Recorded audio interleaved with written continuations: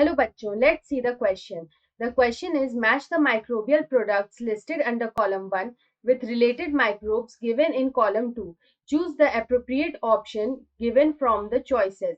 तो यहाँ पे हम लोग देखें तो हमारा यहाँ पे कॉलम 1 दे रखा है और यहाँ पे हमें कॉलम 2 दे रखा है और इसको मैच करके हमें जो करेक्ट ऑप्शन है उसको यहाँ पे चूज करना है। तो यहाँ पे अगर हम कॉलम 1 में देखें तो कॉलम 1 में एक आता है हमारा सिट्रिक एसिड। तो सिट्रिक एसिड जो होता है ये हमें मिलता है from Aspergillus niger. Citric acid, we get citric acid from Aspergillus niger. यहाँ पे हमें एस्परजिलस नाइगर जो कि एक फंगस होता है उससे हमें यहाँ पे सिट्रिक एसिड मिलता है। सिट्रिक एसिड से ही हमें यहाँ पे विनेगर भी मिलता है।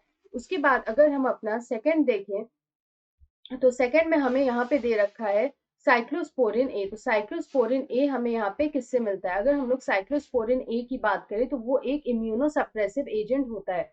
It is an immuno suppressive agent. ये जो इम्यूनो सप्रेसिव एजेंट होता है ये ऑर्गन ट्रांसप्लांट पेशेंट्स में यहाँ पे यूज होता है। यहाँ पे अगर हम साइक्लोस्पोरिन ए की बात करें तो यहाँ पे भी ये फंगस से ही प्रोड्यूस होता है which is trichoderma polysporum. Trichoderma polysporum जो होता है वो यहाँ पे हमें साइक्लोस्पोरिन ए देता है।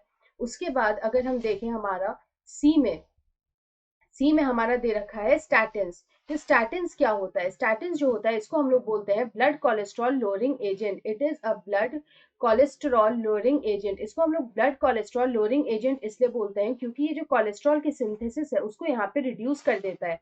तो it acts as a blood cholesterol lowering agent. Statins हमें मिलता है मोनास्कस परप्यूरियस से। We get statins from Monascus purpureus. उसके अलावा अगर हम लास्ट देखें तो हमारा आता है गोबर गैस। जो गोबर गैस होता है ये एक बायोगैस होता है। बायोगैस कैसे प्रोड्यूस होता है? तो यहाँ पे जो बायोगैस का प्रोडक्शन है ये होता है बाय मिथानोबैक्टीरियम। मिथानोबैक्टीरियम जो होता है वो यहाँ पे बायोगैस को प्रोड्यूस करता है। तो यहाँ पे मिथानोबैक्टीरियम जो होता है ये एक एनएरोबिक बैक्टीरिया होता है। It is an anaerobic bacteria.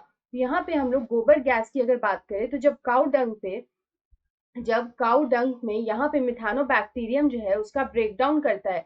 जब काउ डंग का यहाँ पे ब्रेकडाउन होता है बाय माइक्रोब्स या फिर मिथानोबैक्टीरिया तो यहाँ पे हमें जो है सो गोबर गैस मिलता है। वी गेट गोबर गैस या फिर बायोगैस।